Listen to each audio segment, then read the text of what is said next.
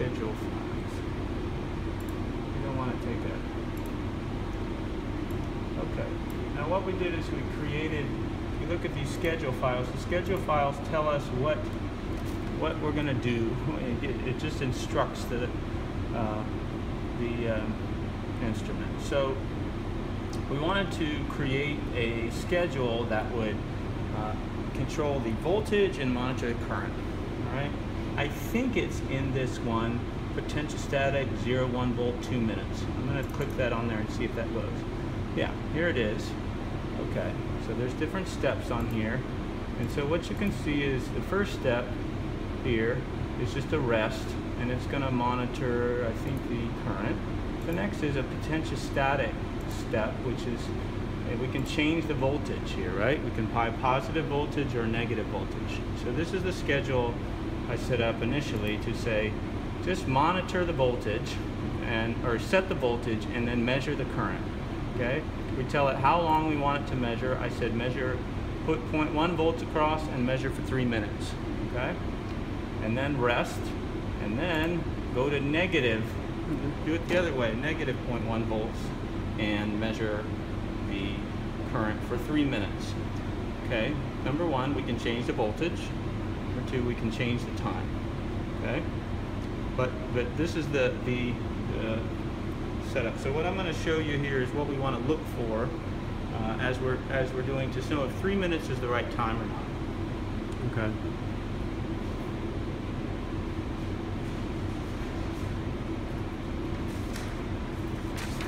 Okay. So what we're going to do is we're going to apply a step voltage. We're going to rest, then we're going to apply positive 1 volt. I think we have a rest period, then we apply negative 0.1 volts, and then we are stopping. Okay?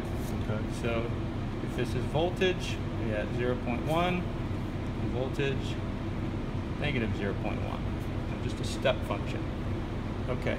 Now our current, we're going to be measuring what the current response is. All right.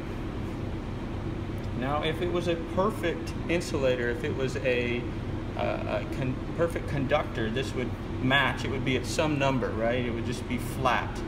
All right. If we plotted the current over here, okay, you'd say we put a positive voltage, we get some number of current. Okay. And then we'd stop, and then if we put a number over here, we'd get the current. That makes sense? But what happens is this is not just a perfect electronic conductor. There's ions. So here's what happens if you have ions in there. You get this kind of behavior, okay? And you get this kind of behavior.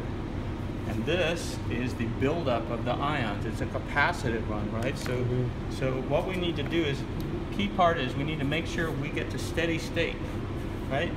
So initially we're going to have a voltage across it, and all the ions are going to go whoosh to the electrodes, right? If there's any ions in there, okay, they're going to go, and then the current associated with that capacitive current is going to decay exponentially, and then we're going to reach to a steady state. So the key thing you need to look for in your data is, did you get to steady state? If you didn't get to steady state, 3 minutes is not long enough. Okay? So it's an arbitrary value, right? We're trying to get to the steady state. The third thing that's important is this current range, okay? We can have low, medium, and high, all right? So this thing doesn't automatically scale like that instrument does. So for this instrument, the current ranges are up here, okay? So low, medium, and high. So I don't know what current range. You may max out the current if you're not in the right range, or you may not be measuring it accurately if you're in the wrong range, right? So that's why I wanted you to calculate it before, because I wanted to say, well, what do we expect, right? Because this is the max current, plus or minus 10 microamps, okay? I'm going to set it for low, but we might actually max out current if it's too high. So it's important that we decide which current range that we want, because it won't match. We may max it out, it may be set to the wrong current range. So now I'm going to stop that, and I've changed it a little bit, but that's okay. I'm going to save it. If we're saving different protocols like this, we can do it, but that's okay. So we now have our step.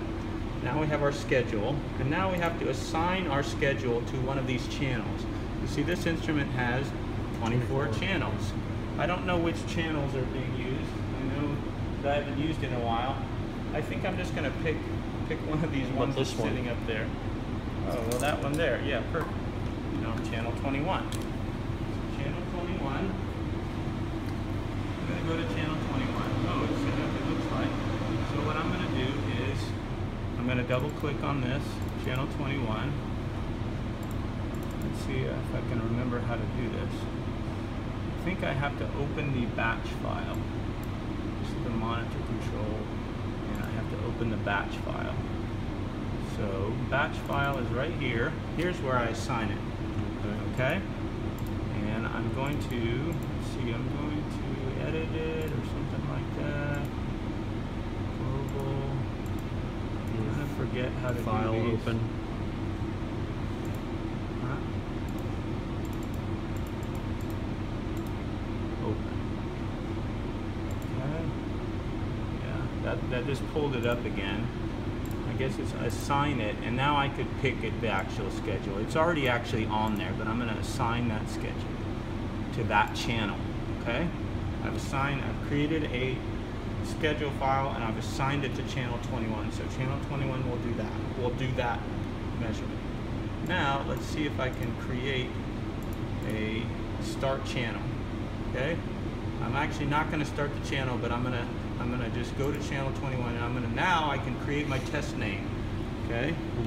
And so I'm gonna say 2017-0609 TiO2 Degussa test A. Okay? And now I don't want to even set this start because now I haven't set it up. So we got to stop and take a break because I got to go figure out how to set these up, and then we can take the measurement. Okay?